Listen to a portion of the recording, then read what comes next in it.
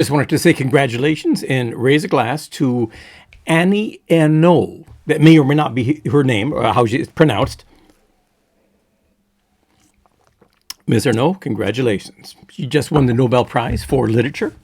And as is tradition, I would like to say something about her and read the first paragraphs of a few of her books so you can get an idea of what she writes. In English, of course, she's a French woman, lives in Paris, I believe. She writes a lot about Paris, at least.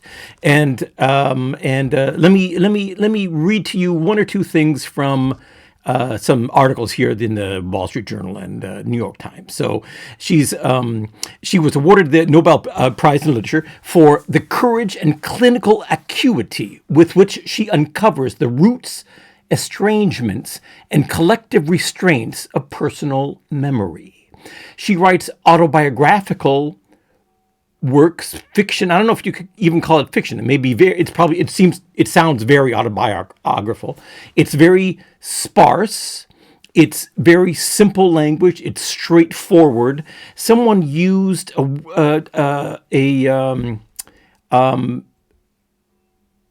the Swedish Academy, in their discussion, they use the word scraped clean, a language that has been scraped clean. That's beautiful. The entire sentence was she was uncompromising and written in plain language, scraped clean.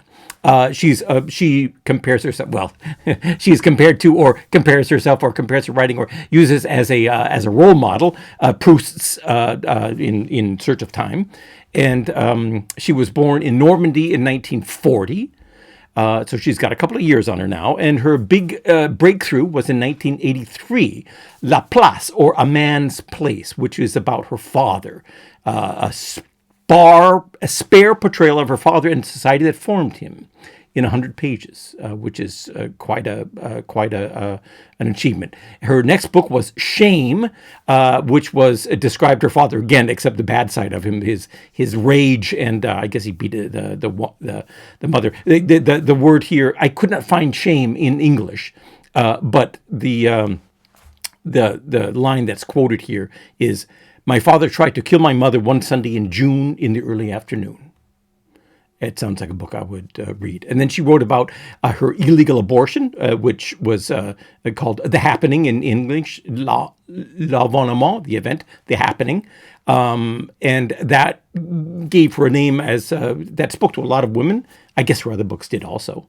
And so she became a voice for women mainly in France. She's not as clearly not as well known in the English speaking world. Though I did find that quite a number of her books have been published and are available in English, even though she's not well known.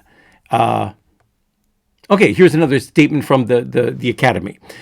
They praised her courage and clinical acuity with which she uncovers the roots, estrangements. I just read this. The roots, estrangements, and collective restraints of personal memory. Personal memory. So this is a woman who writes about personal memory. I write about personal memory too. I just don't do it as well.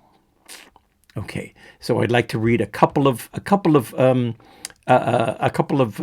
paragraphs, first paragraphs of some of her books. This is Getting Lost. It's one of her famous books about her illicit love affair with with a Soviet, someone who worked for the Soviet embassy. The first graph goes like this. On November 16, 1989, I phoned the Soviet embassy in Paris and asked to speak to Mr. S. The switchboard operator did not reply. After a long silence, a woman's voice said, "You know, Mr. S. returned to Moscow yesterday." I immediately hung up.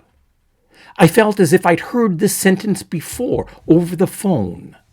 The words were not the same, but they had the same meaning, the same weight of horror, and were just as impossible to believe. Later, I remembered the announcement of my mother's death 3.5 years earlier. How the nurse at the hospital had said, "Your mother passed away this morning after breakfast." That's Getting Lost, about her love affair with a Soviet a worker for the Soviet embassy. Let's see. And then we have, I want to do that later. We have A Frozen Woman. I have a very strange edition here. There's no paragraphs. I don't know if this is the correct thing, but it's about her early life.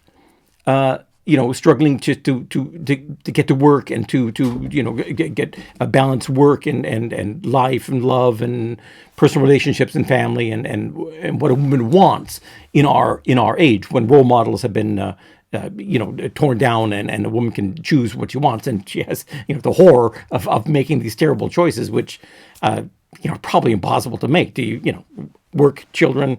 Okay, so this is I guess the first paragraph or so, maybe first two paragraphs of A Frozen Woman, autobiographical fiction by Annie Ernaux. Fragile and vaporish women, spirits with gentle hands, good fairies of the home who silently create beauty and order, mute, submissive women. Search as I may, I cannot find many of them in the landscape of my childhood. Not even in the next best model, less elegant, more frumpy, the ones who work miracles with leftovers, scrub the sink until you can see your face in it, and take up their posts outside the school gates 15 minutes before the last bell rings, all their housework done, perfectly organized unto death. The women in my life all had loud voices, untidy bodies that were too fat or too flat, sandpapery fingers, faces without a trace of makeup or else slathered in it with big blotches of color on the cheeks and lips. Their cooking skills did not go much beyond stewed rabbit and rice pudding. They had no idea dust was supposed to be removed on a daily basis. They worked or had worked on farms and factories and small businesses open all day long. There were the old ladies we visited on Sunday afternoons with their boudoirs and a bottle of eau de vie to sweeten their coffee. Wizened women all in black whose skirts smelled of butter going rancid in the pantry. No connection with those sugary grandmas in storybooks who wear their snow-white hair in a neat bun and coo over their grandchildren while they read them fairy tales. That's good prose. That's really excellent prose. It's A Frozen Woman, about her life as a young woman in young adulthood and young motherhood or young career and married life. Then we have Exteriors, which is where it's Remain in Darkness. I want to read I Remain in Darkness.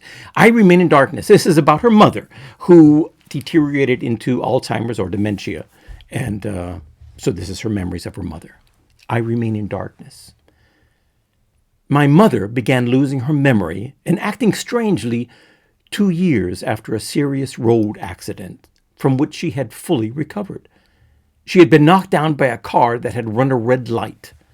For several months, she was able to continue living on her own in the old people's residence of Vito, Normandy, where she was renting a small apartment. In the summer of 1983, in the grueling heat, she fainted and was taken to the hospital.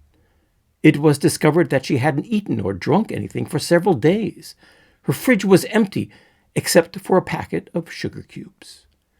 Clearly, she could no longer be left on her own. I Remain in Darkness, her mother and her fight with Alzheimer's. Then there is Exteriors, which is a collection of impressions of later life living, I guess, let's see, here, read the Amazon, taking the form of random journal entries over 7 years. Exteriors captures the feeling of contemporary living on the outskirts of Paris. Where is it?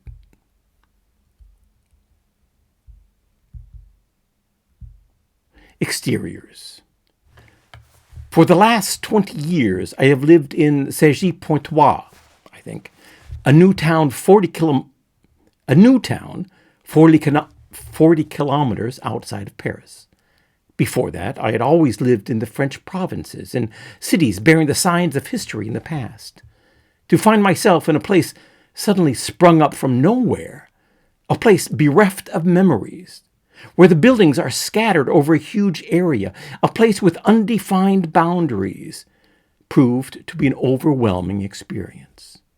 I was seized with a feeling of strangeness, incapable of seeing anything but the windswept esplanades, the concrete facades, pink or blue, and the empty residential avenues. I felt I was continually hovering in some no man's land, halfway between the earth and the sky. My gaze resembled the glass surface of office towers, reflecting no one, just the high-rise buildings and the clouds. That's exteriors about her life on the outskirts of Paris. And then we have The Years, which is similar. It's just a collection of impressions. Let's read. I'll read you the first paragraph of Amazon description. Considered by many to be the iconic French memoirists' defining work, The Years is a narrative of the period 1941, she was born in 1940, to 2006, told through the lens of memory.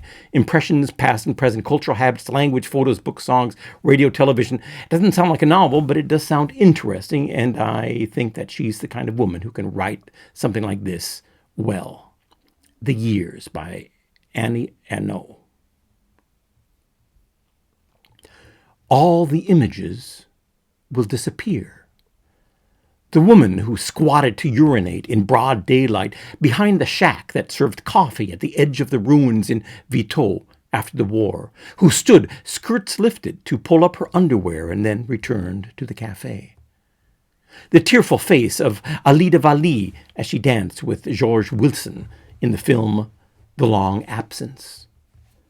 The man passed on the pavement in Padua in the summer of 1990, his hands fused with his shoulders, instantly summoning the memory of thalidomide,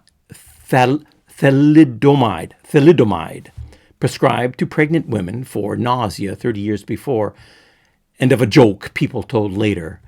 An expectant mother knits the baby's layette while gulping thalidomide pills at regular intervals.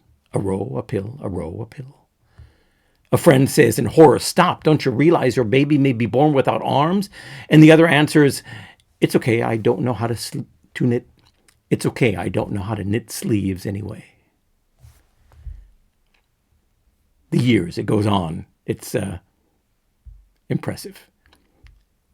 Okay, well, that's Annie Ernaux, Ernaux. Nobel Prize winner. She got what she deserved. You did well. Congratulations. Have fun with all that money and the fame. You earned it. You deserved it.